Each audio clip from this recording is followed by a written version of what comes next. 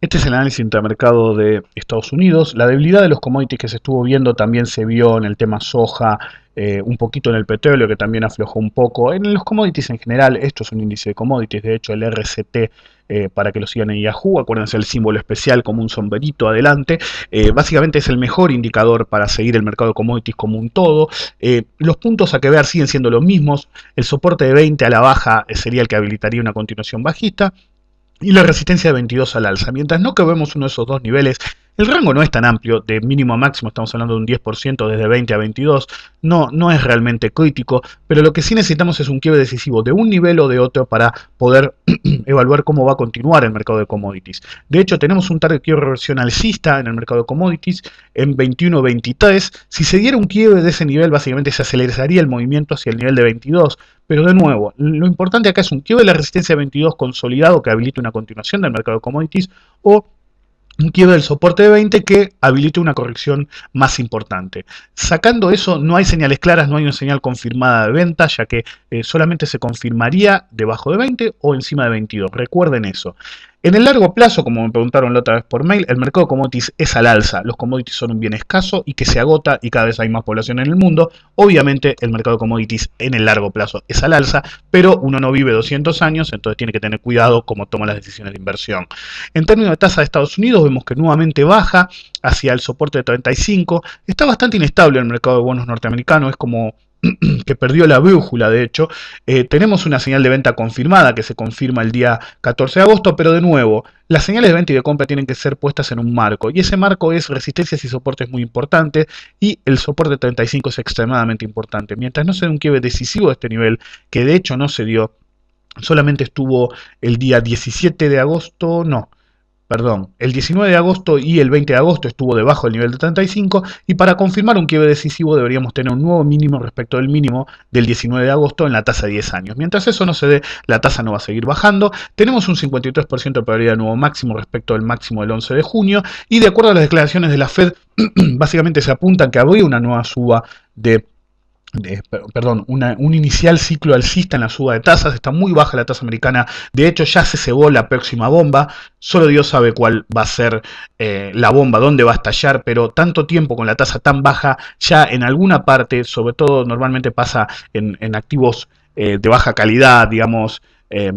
actual, ¿no? Por ahí en el futuro obviamente no van a ser de baja calidad, tipo tecnologías nuevas, etcétera, y en el mercado de commodities. La tasa tan baja está inflando los commodities demasiado, está un poquito más alto de lo que deberían.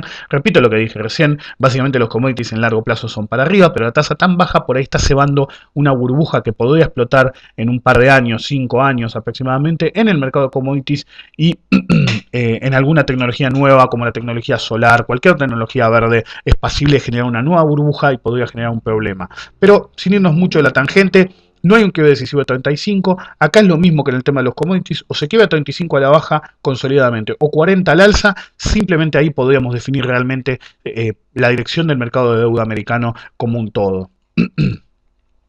En términos de euro, no sigo teniendo la misma tesitura de los últimos tiempos. Fíjense, la lateralización es clara. Mucha gente que opera divisas siempre se olvida que de hecho las divisas tienden a mantenerse en rangos muy estables y sí de golpe dan movimientos espasmódicos muy fuertes como este que se ven aquí.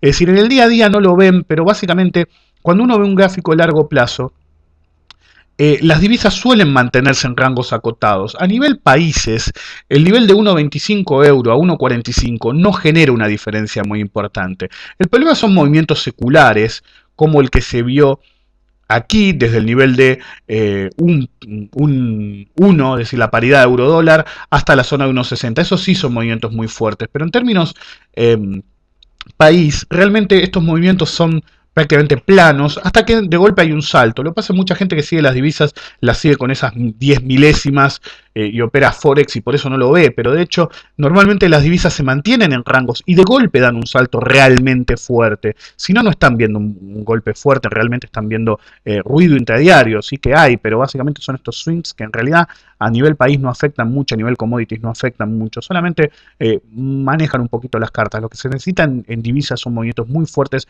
que cambien la estructura económica mundial, como pasó en su momento entre la zona euro y Estados Unidos, cuando el euro pasó de valer 88 centavos centavos por dólar a un rally que terminó subiendo el 100%, ¿ok?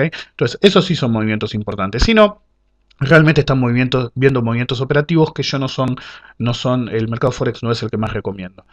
Básicamente tenemos una señal de compra que debería ser confirmada si se genera un nuevo máximo respecto de 1.4375. De todos modos, la resistencia de 1.45 está muy cerca. Para mí va a continuar en esta zona por lo menos 1 o 2 semanas más. Yo sé que vengo pateando el objetivo para adelante, pero realmente depende del patrón que se está dando. El punto crítico es un quiebre de 1.45 al alza o 1.40 a la baja. Como ven, tanto el mercado de commodities como el euro, como los bonos americanos están en un rango en el cual deberían definir. Esto no es casualidad porque el tipo de cambio está atado al comportamiento del commodity, de los commodities y el mercado de bonos. Entonces es normal que cuando el tipo de cambio se estabiliza mucho, en un rango no demasiado amplio, como es este movimiento de aquí, que ya lleva 2 meses y medio, es normal que tanto los bonos, el mercado de bonos del primer mundo, ya sea Europa o Estados Unidos, como el mercado de commodities internacional, se estanque un poquito. Así que hasta que no veamos un quiebre decisivo en alguno de nuestros mercados que permita adelantar cómo se van a comportar los demás, realmente no hay mucho que decir al respecto. En términos del Dow Jones, está muy bueno el movimiento que estamos viendo. Básicamente lo que deberíamos ver no es el Dow Jones, sino el Standard & Poor's, pero primero vamos a ver el día, que es el ETF operable del Dow Jones. Hay una nueva señal de compra. Recuerden, el sistema secundario dio señal de compra cuando se quebró 85 al alza y nunca puso en discusión la señal de compra. De hecho, en términos del sistema primario, hubo una señal de venta, pero no se confirmó. Eso es crucial. La señal de venta no se confirmó, pero habilitó esta nueva señal de compra que se genera aquí en esta barra el día viernes. Y para que se confirme, básicamente necesitamos un nuevo máximo respecto del máximo del día viernes, que es 95,21. Si son más puristas y prefieren más seguridad, lo que se necesita es un quiebre decisivo en la resistencia de 9.500 puntos. Pero en realidad la clave no viene por el día, sino por el Standard & Poor's o el SPY. Perdón, justo se me cortó, o decía el Standard & Poor's 500 no, pero sí el SPY, que es el ETF operable del Standard & Poor's. Entonces, básicamente necesitamos un quiebre decisivo de 1000. Fíjense que hay que tener cuidado todavía porque tenemos este patrón de triángulo expansivo. No es del todo un triángulo expansivo porque si se ven no es perfectamente simétrico, es decir, esta línea de aquí debería tener más pendiente y no la podemos establecer por estos 2 días nada más. Entonces, es un poco discutible. Normalmente un triángulo expansivo es perfectamente simétrico pero divergente, ¿sí? Entonces las consecuencias bajistas que normalmente tiene esta figura todavía están traídas un poquito de los pelos. Hay que ver cómo resuelve. Lo importante es un quiebre decisivo de la resistencia de 1000 en el Standard & Poor's o de 100 del SPY, que básicamente está ahí. Tenemos una señal de compra. El patrón es similar al día. La señal de compra del sistema secundario, el filtro, seguía en compra. Hubo una señal de venta el día 17 de agosto, no se confirmó.